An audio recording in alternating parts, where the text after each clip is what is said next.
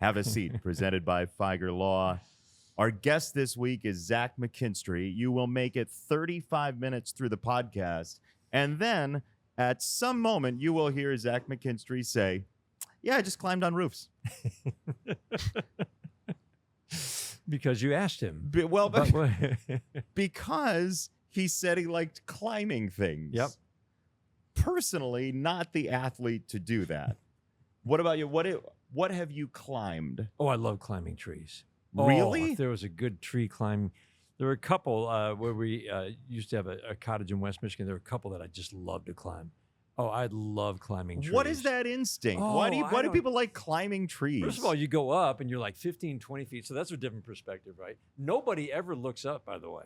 You can just watch the world go by. Nobody ever sees you up there, which is great. What were you hiding from? Nothing. I just wanted to just kind of watch the world go by. There was just something very satisfying about climbing up. I'm not like talking like the limbs are way far apart and I've got to leap from one. No, it has to be an easy climbing tree. And I remember at some point they cut off the lower limbs and I couldn't climb that one tree anymore. But I do remember the exact tree. I remember carving something into it. What'd you carve into it? I want to say it was like a heart. Just, I love you. That's what I remember. To the world or to the world? Now that's the most Dan Dickerson thing I've ever heard. Seriously, I remember doing that. No idea. I mean, I'm probably 14, something like that. So anyways, but I love climbing trees. That is beautiful. I will tell you, the one time I tried to climb something was not as beautiful. How'd it go? It was in college. Mm-hmm. What were you climbing? A fence to try to leave a party that got broken up. You were not climbing for enjoyment. Yeah. You're climbing to get away. I've totally repressed this memory, but I was talking to some friends of mine I'm from sorry college. that this has come up. But you brought it on, though. No, I had repressed it, and now I'm just telling everybody. A friend of mine from college who grew up in Michigan actually was here like 6 months ago or 9 months ago, and we were talking, and he was like, "Do you remember that time in college where that party got broken up and we had to like help you up the fence?" I was like, "What in the world are you talking about?" You didn't even remember it. No, I literally pushed it out of my mind. Repressed. Or I had a great night and I didn't remember it. But all I recall now that they told me is like, you know how you put your foot in somebody's hand and they like push you up like they do in movies? Yeah. Like that evidently happened. But this is Did they like throw you over the fence? Basically. Yeah. Yeah. This is the problem, though, with being the quote-unquote good kid. When you do get in trouble, you don't know. You have you don't know what to do. No. Because I'm not. And I'm smiling because I remember that moment when I was like 10 or 11, 12. Really? Yeah, we were breaking stuff in a junkyard. And the police came. Really? I'm like, it's a junkyard. What? Why can't? But, oh, boy. It was tough. That's why it's fun talking to Zach McKinstry, because he has such a dedication to being a good teammate and a good member of his community and a good uncle to his nephew. He spends a good amount of time in a bunch of different ways talking about his nephew, but it's such a window into his soul. Oh, my goodness. And how he teaches his nephew. Zach is one of those really good kids who also just like had a daredevil streak. Yes, he did. And I love seeing one side and then the polar opposite just come out in a totally different way. And you realize this is what makes him such a valuable part of this team, such a good baseball player, and such a big piece in that clubhouse. What was your favorite part of this conversation? I really just liked the way he talked about how his brother made him a real student of the game. Yeah. And the fact that his goal as a little kid was to always get dirty. And it hasn't changed. I love that. If it's a bad day, if I end the day and my uniform's clean. Yeah. I didn't do something today to help the team win. He is the perfect Tiger. And you know that he was really living in that stretch of 1 win and 2 6-game losing streaks, but he also tries to keep it easy and tries to keep it light and just keep doing those little things, because he's run into so many moments in life where people have said like, yeah, but we got this other guy, or you're the fifth Yeah. infielder, and then somehow, some way, he breaks into the lineup again. You can tell he's proud about it, Mm-hmm. but he's not willing to say, like, yeah, I'm great. It's I put the work in to make myself great, and boy, is that a great lesson in life. It is. It is. A 33rd round draft pick is fighting the odds from the start. And when you get sent down to A-ball for a third time, you have to be a special person to say, all right, I'm going to make it. Because it's not obvious at that point. No, you don't know. You can't know. But that's why I think everybody's going to enjoy this conversation with Zach Terrific. McKinstry. And Dan starts us off with asking about the All-Star game and how it felt for him to get there. And just this whole journey in one nutshell as our jumping off point for Have a Seat, presented by Feiger Law. This is Have a Seat with Jason Benetti and Dan Dickerson, presented by Feiger Law. Welcome to another episode of Feiger Law's Have a Seat. Jason Benetti, Dan Dickerson, and we couldn't be happier to have Zach McKinstry with us today. Zach, it's great to have you here. Thanks for having me. Looking forward to it. This year, what a year. Is there any way to describe it through your eyes? All-star, this journey to being an all-star in your 30s already, and you're in the all-star game. Any way to describe what this year has been like? Oh, it's been such a blessing. Things just lined up just right. And just seeing a lot of good opportunity on the field and also in my life. And it's been a super cool journey to be a part of and just to live. And it's been a lot of fun. There were just kind of these rumblings along the way as we were getting close to the All-Star game and they were finalizing the roster. Zach might make it. You find out literally days before. The reception here at the ballpark, by the way, was so great during the first inning. When you found that news out and knew you were going to make the All-Star team, were there any particular moments along the way that came to mind, or people who has such a big influence on you that they immediately came to mind as you thought about making it? Oh, man. So many. First and foremost, the Lord, Jesus, just being able to do what he did and just, just forgive us. And I feel like that's a big part of baseball, is just forgiving yourself or forgiving the person next to you, or just, living your life in that assurance. And my wife, she's been such a great crutch, or just such a great person in my corner. It's been incredible. Our journey together has been just such a blessing. And just the coaching staff, the hitting coaches, the hours they put in for us. Oh man, it's crazy. Even in the off season, they're still doing their job, and they show up for me in Arizona, and they're just doing their thing out there. And then having Colt Keith this off season was a lot of fun. He came out to Arizona and just was Working out with me, and we were just hitting together, taking ground balls, just having a good time, just enjoying the game, loving it, playing it like I'm playing in the backyard when I was growing up. And just the coaching staff in general, Joey, Hosey, Jonesy, AJ, the front office has been great. And the guys around me in the clubhouse have been awesome.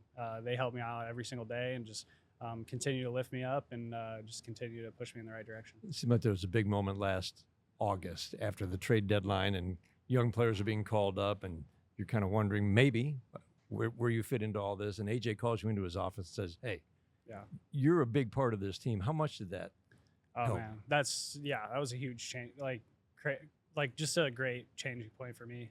Just to get my mentals right. Just to get back to like just doing what I do better, like the best. And that's just bringing in being on base and taking that first to third, or being able to steal the big base late in the game, them having the just being able to trust me to do that. And just it's been a lot of fun. And AJ's he's been such a great influencer behind that, and just been able to really free me up and just allow me to go out there and do what I do best. When did you know? You described the backyard as a kid. When did you know that was what you did best? All that stuff you just described. Right. So I went home and I was just playing like backyard baseball with my nephew, who's 9 years old. And this just past like off season. Whenever I go there, there's always baseball, doing something, playing basketball in the front yard, whatever it is. Like, just being a kid again and just enjoying and just knowing that this is a kid's game and just enjoying it like you're 12 years old.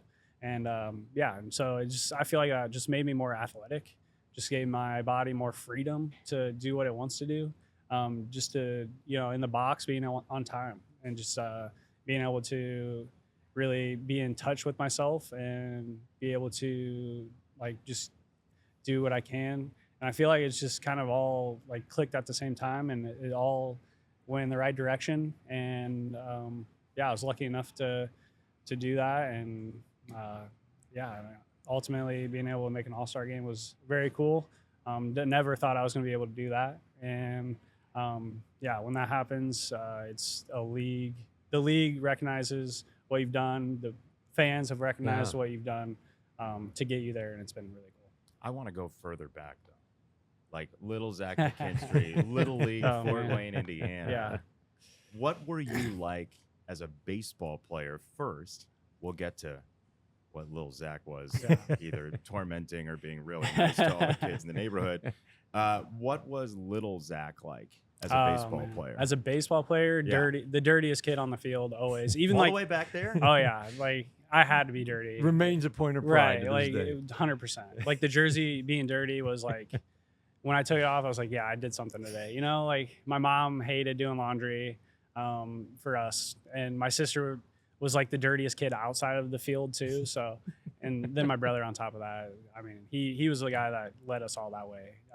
The way he went about what he did on the field, he had so much passion for the game, and he just instilled it into me through my dad, and just our love for the game was so huge, and just wanted to be like a student of the game. I just loved to watch the game as a young kid. Like I remember taking book at my brother's games, like doing the book. Really? Like exactly. And it was just a love at first sight. I remember in first grade second grade, you had to do a presentation on what you wanted to be when you're older. I wore full uniform to class that day, brought my catcher's gear in. I was a catcher when I was younger. Your catcher's gear in. Yeah. The uniform wasn't And enough. to do the presentation, I wore the catcher's gear mask on, and it was super cool. They took video of it. There's a video out there of me talking in catcher's gear in my second grade class.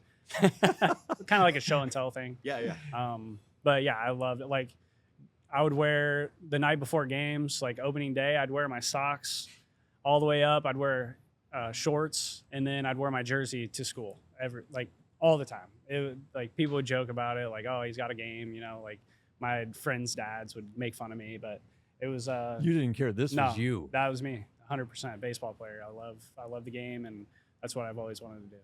You talked about your brother. Like, what memories do you have of him showing you how to do it right? Man, playing pickup basketball in the backyard. Just not only he was bigger, obviously always bigger and stronger. He's 4 years older than me, so he would just never give up. Like it was like he never took it easy on me. I was always, if I was gonna win, I had to win, and so that's where the competitive nature in me comes out. And he just always kind of instilled like, hey, it's not going to be given to you. You're going to have to go take it. And that's just kind of how I've lived my life, and taking chances on myself throughout the minor leagues, the big leagues, college ball. And it's paid off. Two things, Dan. One, the older brother. It is amazing how many people in those Tiger jerseys had an older brother that pushed them. Number two, I love that you recognize that you took chances on yourself. Not everybody has that self-awareness of that level of drive of like, hey, I'm going to do this because I believe in this. So if you could, for everybody who's sitting at home and is like, I want to take chances on myself because I'm not even underappreciated, but people may not get it right away. What are some of those chances you took on yourself? Signing as a sophomore in high school to go to a small Division I baseball school that I know they were known for baseball. They had kind of a weird history in Fort Wayne with a guy going there and ended up not playing, and he ends up back in Fort Wayne. But I felt like I had really good communication with the coaching staff there. It sounded like I was going to have a pretty good chance at starting my freshman year, which was my ultimate goal because I knew that I was going to be a sophomore, draft eligible sophomore, and that was going to be a big part of my development, is just being able to go to college and play. The summer before I went to college, I played in a college summer league in Fort Wayne, which was a risk because a lot of guys are going and playing travel ball that year, and they're going and doing, or they're going and hanging out with their friends, you know. And I wasn't trying to. I wanted to learn the game from guys I've been there that played college ball, and we had a shortstop from Ball State, and I took ground balls behind him for the first 3 weeks, and I was able to just pick his brain, like, hey, what are you thinking here? He was like, oh, on this pitch, like I played behind this guy so many times, like I know where he's going to throw this pitch, so I'm going to move like a step that way. So I started moving on pitches, and just like little things like that kind of add up. And yeah, I've always been, like I said earlier, I wanted to be a student of the game, so I've always tried to just not talk as much. I like to listen, and it's been awesome. So taking that chance, and then to go to Central Michigan and do that. I've had some great teammates at Central Michigan, Pat McKinstry, Tyler Hunty, just a couple of the fifth-year seniors that I got to play with my freshman year. And, you know, they had 5 years of experience in college baseball. So I would try to pick their ear as much as possible. Luckily, I was able to be roommates with Pat McKinstry on the road. So we'd watch college softball. His current wife played college softball, and we just talk the game. Even if it was softball, it's still kind of the same, right? And I think that just built a relationship between us that we were able to talk on the field. Communication is key in this game. Being able to have another eyes behind you when you're in the infield is huge. And I think he taught me a lot about the game and taught me a lot about my body and how I needed to work out and how I needed to eat and how I needed to study in school and all those good things, you know. And then I was able, luckily enough, to be drafted as a sophomore, which was really cool. And then taking that chance of just like, I got drafted by a really good organization. I didn't know it at the time. I had no idea, you know, like I'm not talking to anybody. And your on coaches the other want you to stay. They're trying to talk you into staying. A lot of phone calls with Steve Jackson about staying at Central Michigan. And I just didn't have the heart to tell him at the beginning, like, hey, I'm probably going to go. But that's where my heart was leaning. And I've always wanted to be a big league baseball player. So that was my goal. I didn't think about winning college World Series that'd been cool, but that's not why. You pick a small Central Michigan school, you're not thinking about those bigger. Yeah, if it happens, awesome. But I want to be a big leaguer. And my goal was to be an everyday big leaguer. I wrote it on all those papers they make you fill out. I want to be an everyday big leaguer. And that was so I was drafted to the Dodgers, and my journey started in minor league ball. And that was a crazy train, a lot of pit stops, a lot of going reverse, a lot of, and just a lot of learning and just being able to walk into new clubhouses, new people, new faces.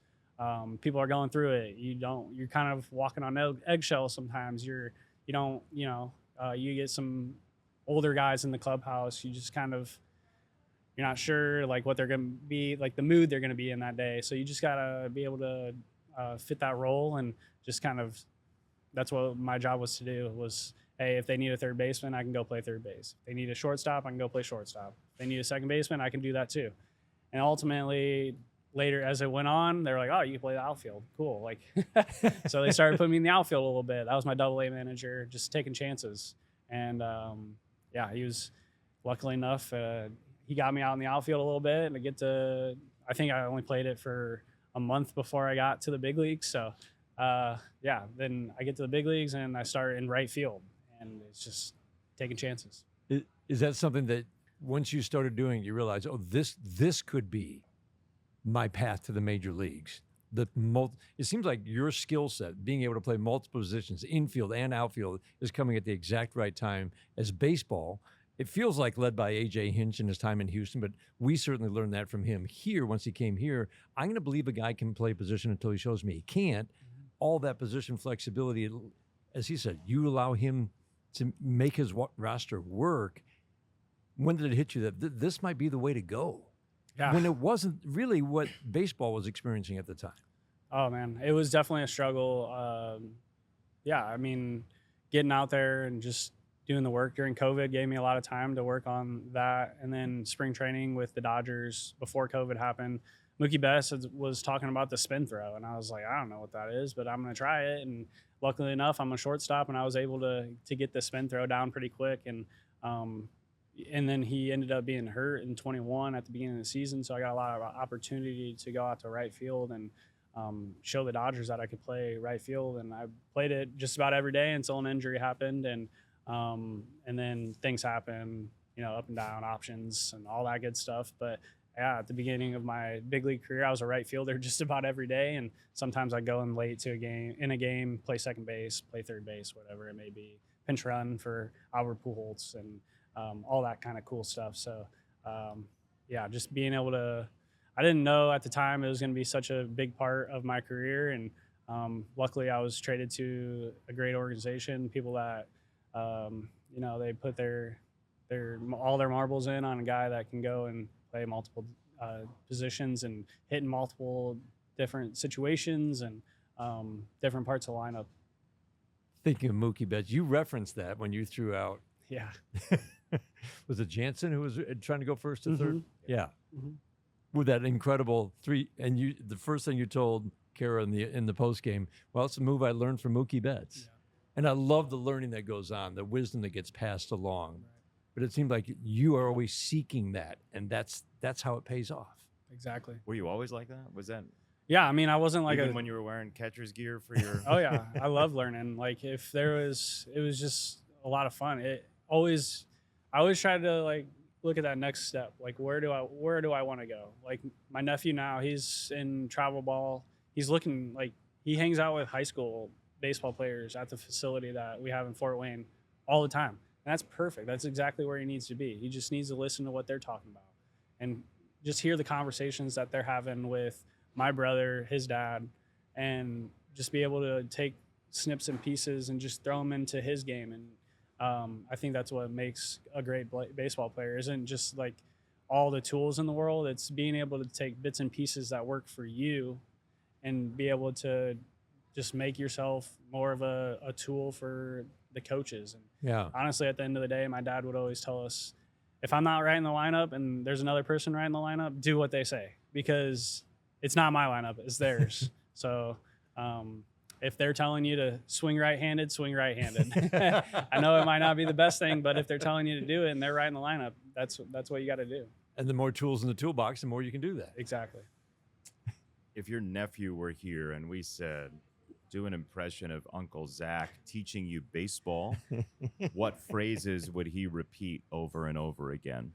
Definitely to have fun and listen to your coaches. I say that all the time when I go back home and I'm able to do any kind of camps. And I love having a good time. I'm not like the first guy that's going to go and say, hey, you need to get your glove here. Hey, you need to do this with your back hip, or hey, you need to get your elbow up when you're hitting, or whatever it is. It's never about what, like, I don't look at the physical part of it first. I usually try to look at the mental side of it first, or how are we treating the people around us, and like, are we respecting the game? Are we respecting our coaches? And I feel like that's just a big part of being a professional. And I heard somebody say, treat every game like, what is it? Treat every game like it's game 7. So when you get to game 7, you're comfortable. I think that was a Derek Jeter quote or something like that. Or good way to look at it. Yeah. So it's just treat the game like if you're playing in the backyard, it's game 7, and you're going to have those memories for a long time. And once you get that chance, it's you've lived it so many times already. It's just fun at that point. I love that you lead with, remember to have fun. Yeah. Just have fun. If you're not having, so when you see this clubhouse, a lot of guys talk about that. Mm-hmm. And when you go through a tough time like this team is just going through, that attitude, while respecting the game and making sure you're working on whatever deficiencies there might be, that does help you get through those tough times, it seems like. What are some of the things you think about and do to make sure that you continue to have fun while the times are tough? Yeah, just making sure that nobody's like down in the dumps. Just being able to put an arm around a guy and say, hey, it's okay. This too shall pass. Like, we're going to be all right. All teams go through a little bit of a slump. Best Every baseball team. players Yeah. ever to play the game went through a slump.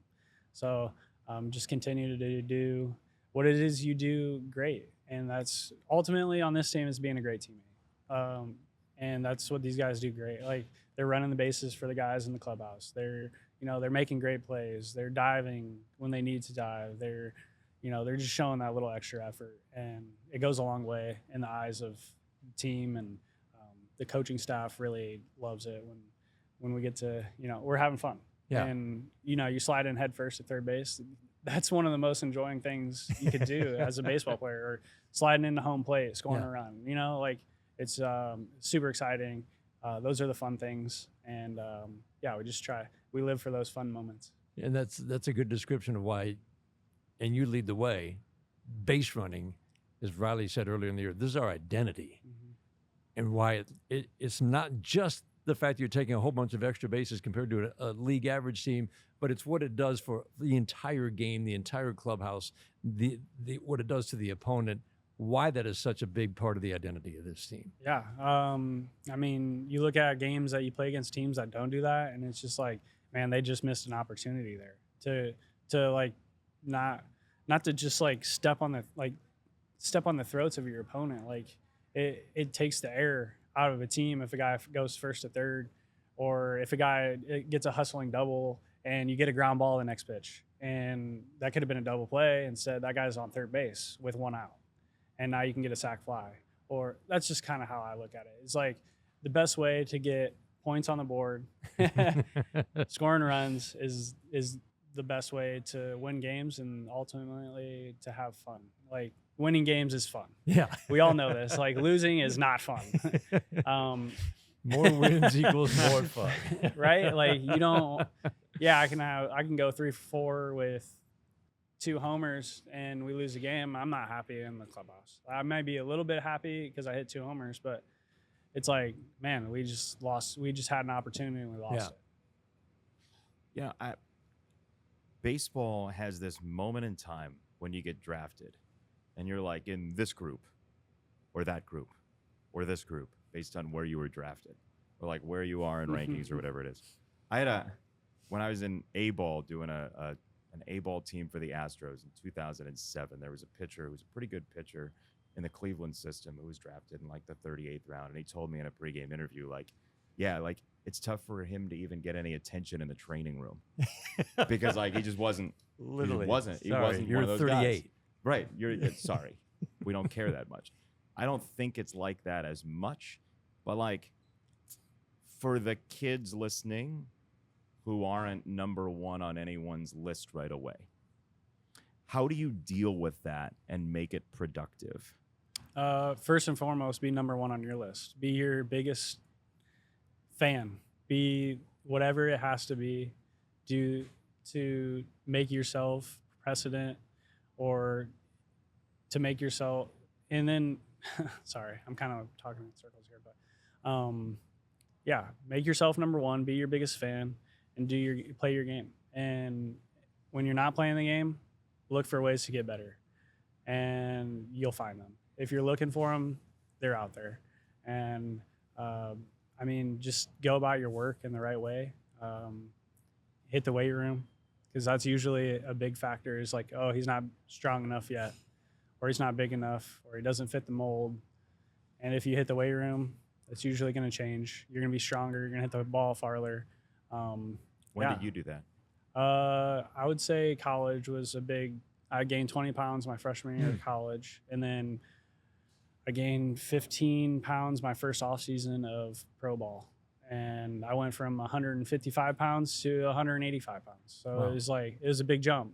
And sometimes your body's not ready for that. Like you'll see injuries happen, but if you this is where the teamwork comes in. You have to know yourself, one, and be honest with yourself, and making sure that you're stretching, because those muscles will get tight. And you have to stay on top of your eating. You have to stay on top of hydration, making sure that you're feeding those muscles that are growing. And then, just eating as much as you possibly can. I remember in college, they had the food court, and you just swipe your card and you go eat the buffet. And we would try to eat as much as possible. Exactly. and it didn't matter what was, you're 18 years old. It didn't matter what you're eating, just getting the calories. Get the calories. Yeah. So, yeah, I mean, and then, yeah, I've played with guys that were walk-ons in college that ended up in their 5th year of college being one of the best players on the team and being that spark plug for the guys around them, just wanting to work hard and the willingness to come in and give a crap. The give a crap for sure helps out. And yeah, and just being a good teammate, running the bases hard, just finding those little things that you can do better than other people can. When the doubt creeps in, and it had to be, I mean, there was some tough times through in the minor leagues, although I do notice that once you got above A ball, you raked. When those doubts creep in, how do you deal with that? Yeah, I mean, I was a 33rd rounder. I went back to low A 3 times. Won a championship there my first year and didn't think that I should have went back the second year or the third year. And that took a phone call from my dad on the third time I went back, and he was like, "Hey man, this is do or die, basically. Like, you can be mad about it right now, but in 24 hours, guess what? You're going to be a loon, and you're going to go there and you're going to be the best player on the team. Wow. And if you're not, you're going to be sitting next to me on the couch watching games." So I took that to heart, and I was mad about it. That's for pretty blunt. 24 hours. I was really mad about it for 24 hours. And I went there and I did what I usually do when I go there. I hit like 340 and played the best of my ability, and played different positions, ran the bases, stealing bases, ended up getting hurt on a stolen base. I sat out for a month, and then played for a week when I came off the IL. I did okay, and then got called up to Rancho. Played really well there in 18, and then ultimately made it up to AA at the end of that year. But I had been up to AA the 2 seasons before that too. So I wasn't sure where I was going into in the offseason, and luckily I was able to make the team in 19 with AA, which is where, in my opinion, I should have been the whole time. Yeah. Obviously, and you showed it. Yeah.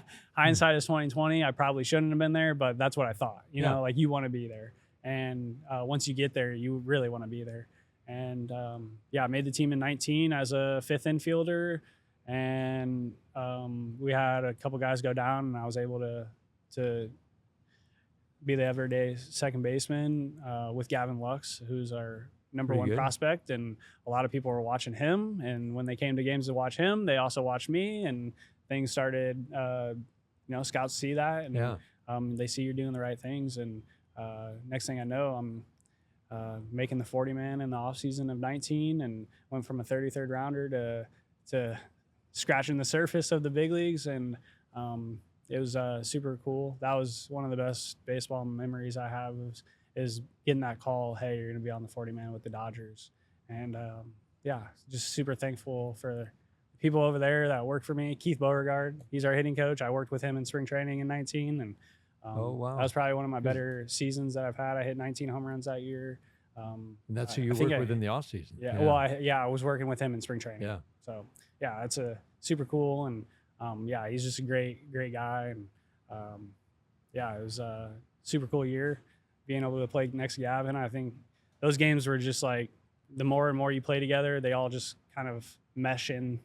I'm sure I went through some hard streaks, but I went through some really good streaks too. And baseball has a way of working itself out. When you're a 33rd rounder versus a first rounder, what are the biggest differences you notice? Well, he was definitely ready for it. His body was ready for it. He was a really good athlete. If injuries don't, the last couple of years he's had a few injuries. I feel like he's top of the game player. I know he hurt his knee, so he's not as fast anymore. But he had all 5 tools, and he could show them off. And he was fun to watch. Super,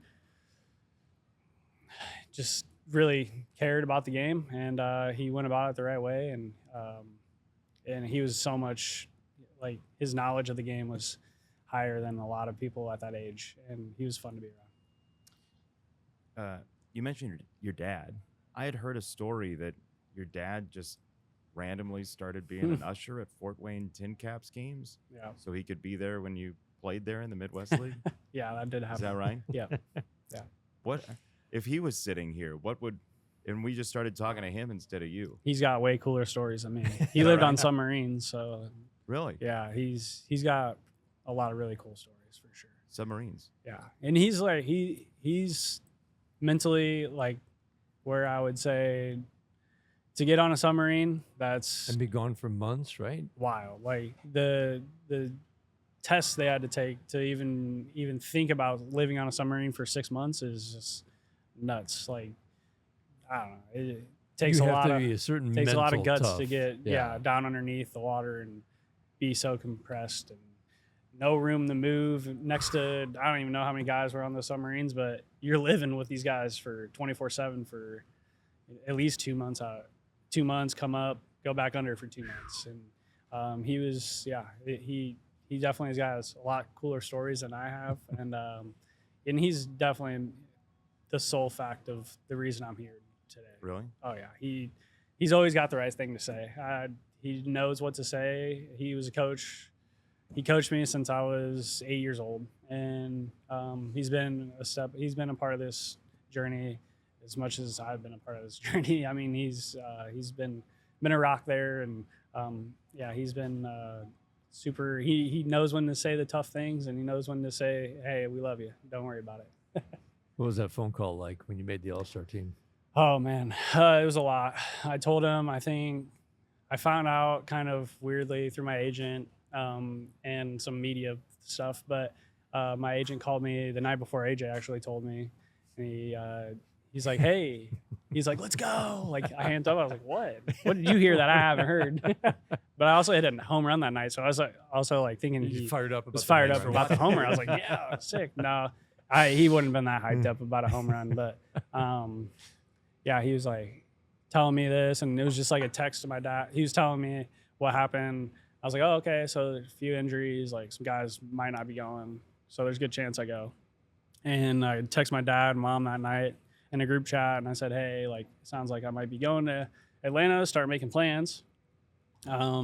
But the plans were kind of already made. Talked to Peter Warden, and Everybody's way ahead of you. yeah. It's like So you're staying here. Here's what you're eating. we're doing the flights, and they were able to get on our flight and just kind of sit back and enjoy the journey. And it was super cool to have them there and be able to share those moments with them, because in the past, I haven't been there for very many firsts because of COVID and being able to debut during COVID. They weren't there. They came to. We started off in the Rockies the next year, so they were able to make that opening day. But super cool for them to be able to be at my first All-Star appearance, and it was a lot of fun.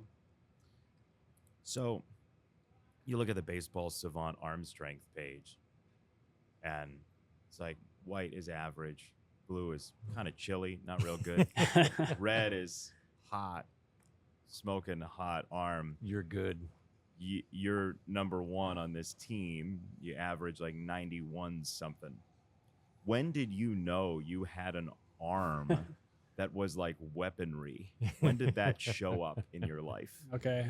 So my I didn't really know I had a good arm until I got on to the gun the first time. My sophomore year of high school, I'd grown 6 to 7 inches that offseason, like that winter. And I go to this camp go to this showcase for PBR, Prep Baseball Report, not the beer. Not the drink. Yeah, good, Claire. That's the best clarification we've ever had on this show. Yep. And I threw the ball I think it was 85 or 86. Are you on the mound or just? No, across the infield. Just across the And infield. it wasn't like I was throwing as high as I can. Like I was hitting the guy in the chest on a pretty firm line, and I was like, "Oh, there's something here." And the year before that, I played quarterback in high school, so we're throwing a lot of passes.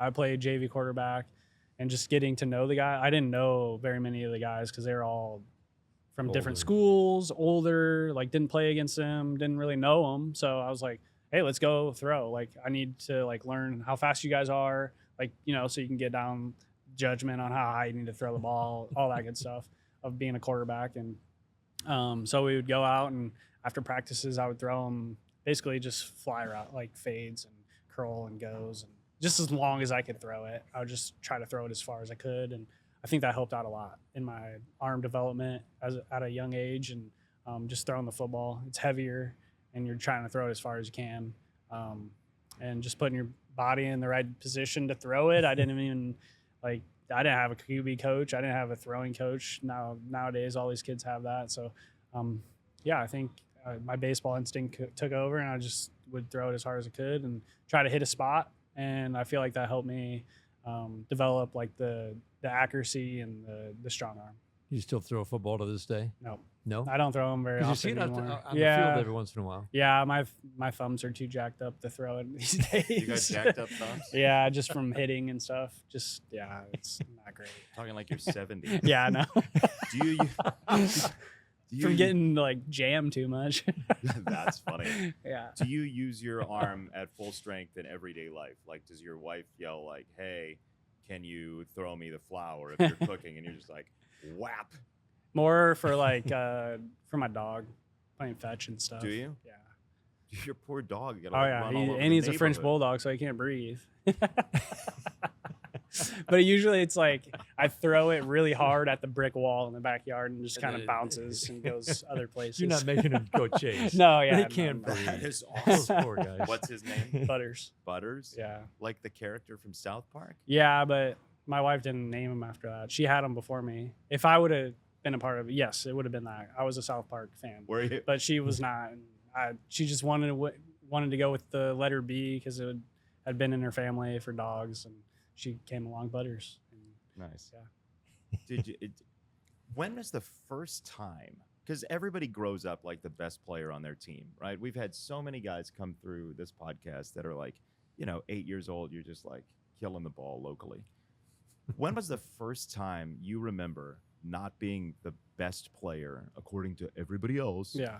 on your team? When I was in like 11U, played for a team called the Summit City Sluggers, and we had a big leaguer named Josh Van Meter, who was like kind of the same style player as me, and he was better than I was for sure. He'd pitch, he did it all. He was just a little bit bigger than I was, and then I actually played up a level. I was 11, they were 12, and I might have been the worst player on that team. Really? Everybody was like 6'5". They felt like 6'5". They were probably like 6 foot. I was 5'2", like little guy. 5'2". Yeah, just kind of just hit the ball the other way and run. I loved Ichiro, so I would just try to slap it. And I'd bunt it all the time, and I would just try to get on base, be the dirtiest player on the team, catcher, all that good stuff, stealing bases, all that. I remember there's a picture of me at first base, and the first baseman's like 6'4", and I was 5'2", and this dude's just like way towering over me. Yeah, I definitely wasn't the best player on that team. And then 11U. yeah. And I mean, there's definitely, I feel like you have to have a little bit of like, I am the best player on the team, even if you're not. So you have to have that, like, be your biggest fan, kind of like, That's great. hey, I am the advice. best player. He really is. I mean, great it didn't resonate with me until my dad pulled me aside, weird, and him saying, Always "Hey, you're the best player on this team. Go act like it." And so I did, and that's when you start having fun. He said that about Giant Land, about 11U. Yeah, exactly. It was like 12U. I mean, Oh, yeah, right. we had a kid throwing like 85. Wow. 12U.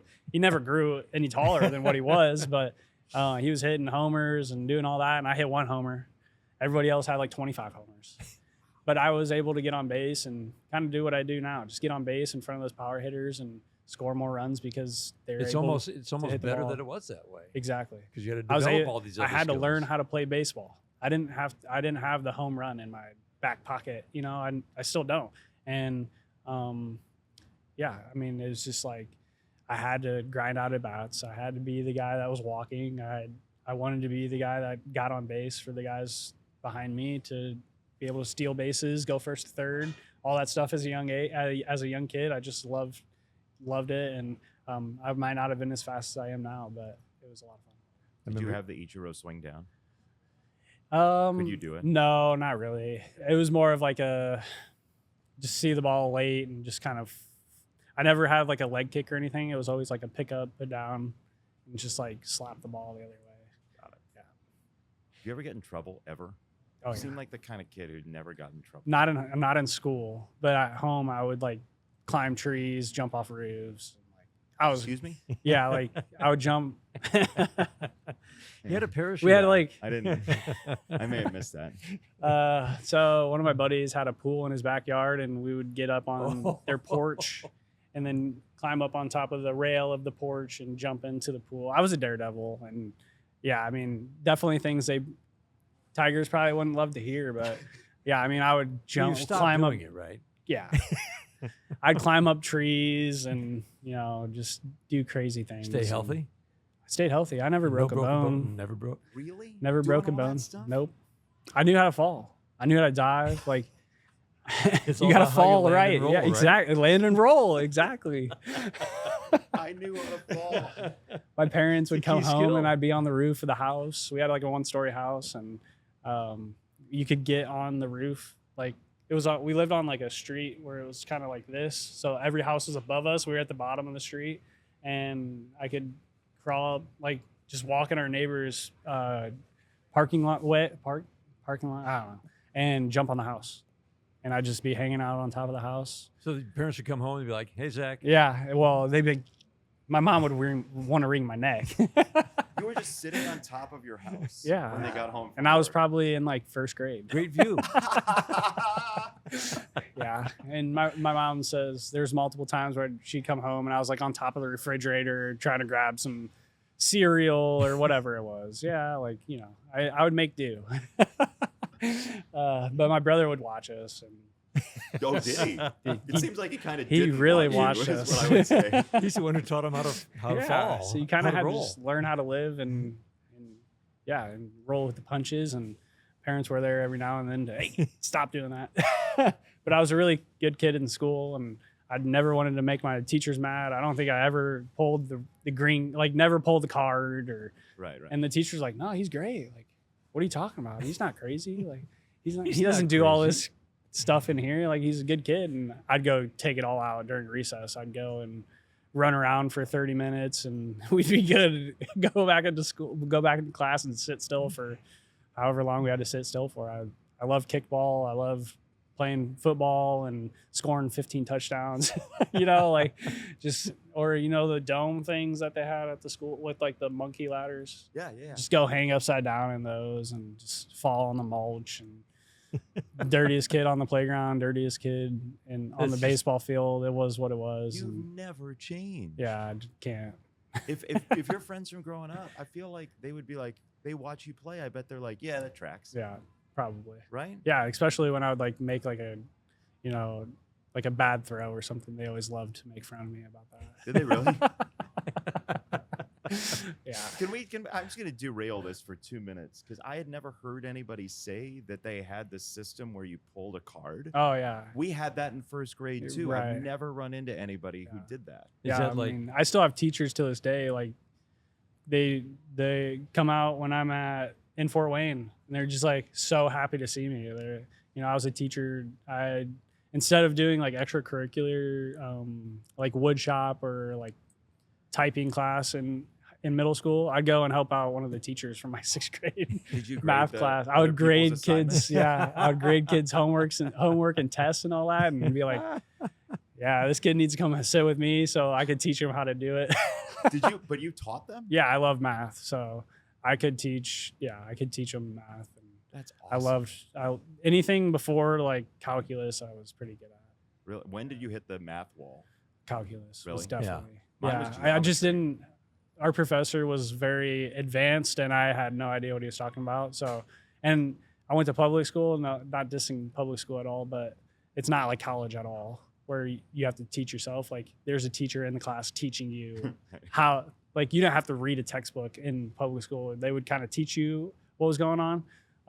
So that was like my favorite part of the class. And then you get to college, you kind of have to read and like teach yourself. And it took me a little bit took Pat McKenzie to, hey, figure it out. Like you got to do stuff on your own. That's great. So And that math has served you well, I'm Yeah. guessing, right? yeah, I I love in terms of how your numbers. brain works and Yeah. how you analyze things. Exactly. I loved the other day we were out on the field. There was a charity auction winner group that I asked you to come over, and you very nicely came over and said hi. Made that the little boy was having a tough day, and you made his day. But you said sorry, there was no batting practice that day, so they were missing that. And you said this is my favorite time of day. You said if we normal day, you're out there fielding ground balls, favorite time of day, and then you like to watch the other guys on the field, which so that whole has never left you. The idea that you're going to watch somebody and learn something every day. Oh yeah, definitely. And I said one of my favorites to watch is Manny Machado. Just the way he's so fluid and just like no throws ever too hard for him. Just like the glove is just electric. I mean, great arm. He was just so much fun to watch when I was in I'm pretty sure I remember watching him in high school in his early years of being in pro ball, him and Scopey on the Orioles. But yeah, it's a lot of fun to get out there and watch other guys go about like their defensive work. And that's one of my favorite parts about coming to the field is doing the defensive work and watching other people do it. And it's an art, and and I think a lot of guys take pride in it, and it's instilled into us through our fungo hitters, which is also an art. And Joey, I just pictured Joey. Right now. Exactly. And yeah, I mean, it's a lot of fun to see how other people go about it, and just to learn how they think and what they're actually doing. Before we let you go, one person that you've never gotten a chance to meet, just because you're curious how the conversation would go. Not like I want to be starstruck, but like somebody that you're like, I bet you I could learn from that person. Life, baseball, whatever. That's a good question. Finally, 43 It's got to minutes in, a be good no. I mean, we're watching an Orioles game right now. Kind of. It's off of your Oh, is that why shoulder. you were paying attention to what I was And saying? The Orioles are on. So Kyle Ripken, just being able to show up to the field every day for that many games and play that much, like just the way he probably went about it and just like how his body felt. And I've heard stories about the lights not working or something because he's going to be late to a game, or, just like hear those stories, like just kind of pick his brain on what he had to do every day to get himself to go play the sixth position at the highest level. I mean, he was an all-star for, I don't know his numbers or anything, but when you think of 2,632, it's just it's consecutive incredible. games. Like I can't even think about that many games. I'll be lucky to play in that many games in my career. So Right. It's just super cool to, just have people in the game that have done that. I know Chipper Jones. I've heard a lot of what he talks about. Just both sides of the plate, his approach, just sitting on a changeup, didn't get it until like his fourth at bat, and he finally got it, hit a homer. Like things like that. Just it's like, how do you stick to that? Like I'd get a heat right down the middle. I'd be cussing myself up one tree and down the other, and Literally up a tree and down the other. exactly. but falling out the right way. Right. And I'd be exactly. And just I love like listening to like Ryan Howard and Jimmy Rollins, their podcasts. I've sent a few over to my nephew and just like, hey, listen to this, because what they're saying is awesome. Like just like how knowledgeable of the game. There was one they were talking about, they made the playoffs and they celebrated like it was a World Series. I just can't stop thinking about last year. Like when we made the playoffs, we celebrated like it was World Series, right? And then that team grows. The next year, they're all together, that same core, and they end up winning a World Series. And that's just something that's kind of stuck with me, is like this year is like, it's been special. It's been a lot of fun. This group's awesome. And wouldn't love anything more than to hold a trophy up over our heads at the end of the season with this core, and treat every game like it's a Game 7 World Series. With a dirty jersey. Exactly. That's the only way it's going to be done. If it's not dirty, we didn't win the World Series. There is a belief. Or it could be clean. It could be clean and we won a World Series. But I don't think that's true, though. I think you Could were be. right. I don't think this team's going to be clean and win a World Series. no. Yeah. Just got to. You wouldn't like it that way, No. would you? No. We got to have Dan Ross cleaning our uniforms after the game. Dude, this is an absolute pleasure. Zach, thank you so much. Thank you guys. Thanks.